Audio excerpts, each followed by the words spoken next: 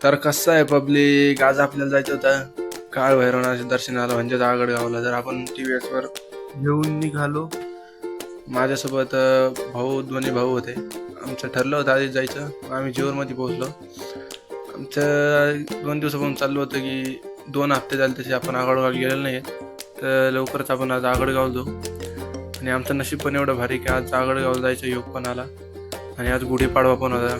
त्याच्यामुळं म्हटलं चला आता भैरवाच्या दर्शनाला जाऊनच येऊ. म्हणता बोलता आम्ही पोहोचलो सशेवाडीत घाट लागल्याच्या नंतर काय सांगू तुम्हाला, ते डोंगर सगळं वाळून गेलंय. पण मित्रांनो, पावसाळ्यात आहे ना एक नंबर दिसतो रोड. तुम्ही एकदा इकडे नक्की चक्कर मारा. एकदम भारी रोड आहे, इतका भारी नजारा आहे, सुंदर. पावसाळ्यात हे दृश्य बघण्यालायक सुद्धा पूर्ण असं डोळ्यात पण सामावू नाही शकत, इतकं भारी आहे ना, इतकं भारी. इकडे यायचं म्हणजे असं तुम्हाला सांगतो, 2 व्हीलरवर तुम्ही एकदा या.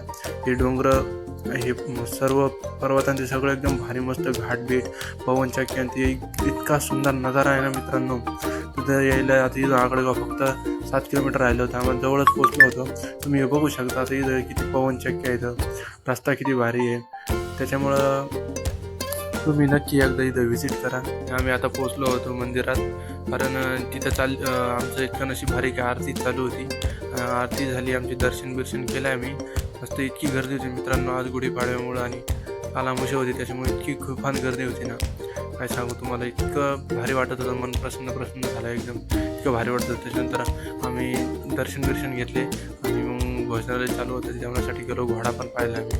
नंतर जेवणाला गेलो तर इतकी गर्दी नाही जेवणासाठी. पण आज आंब्याचा रस होता, सीझनचा पहिला आंब्याचा रस होता. पण लाईनमध्ये जाऊन खूप वेळ लागला आम्हाला, इतकी गर्दी होती काय सांगू मित्रांनो तुम्हाला. नंतर इकडून तिकडून जेवलो, जेवायला मस्त ताटबीट आले. हे बघा आमरस. आणि सेवेकरी पण मंडळाचे खूप आभारी आहे, कारण सगळे मदत करतात. सगळे एकदम भारी ना. हे बघा, हे काळभैरवनाथ मंदिर. आणि आता आहे ना आपल्याला मागं निघायचं आहे, तर आपण चाललेलो आहे. तर आपण मागं निघलो तर आपण आपल्या घरी. ही वेळ आहे मित्रांनो. तर ती विहीर पाणी कधीच संपत नाही, इतकं भारी डोंगर. आणि ते इथं शेततळ आहे, इतकं पवन चक्की. त्याच्यापैकी थांबलो तर आम्ही फोटो काढले जराशी.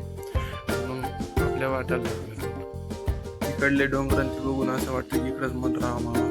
इतकं भारी दृश्य आहे मित्रांनो, तुम्ही एकदा अवश्य भेट द्या श्री काळभैरवनाथ मंदिरातला.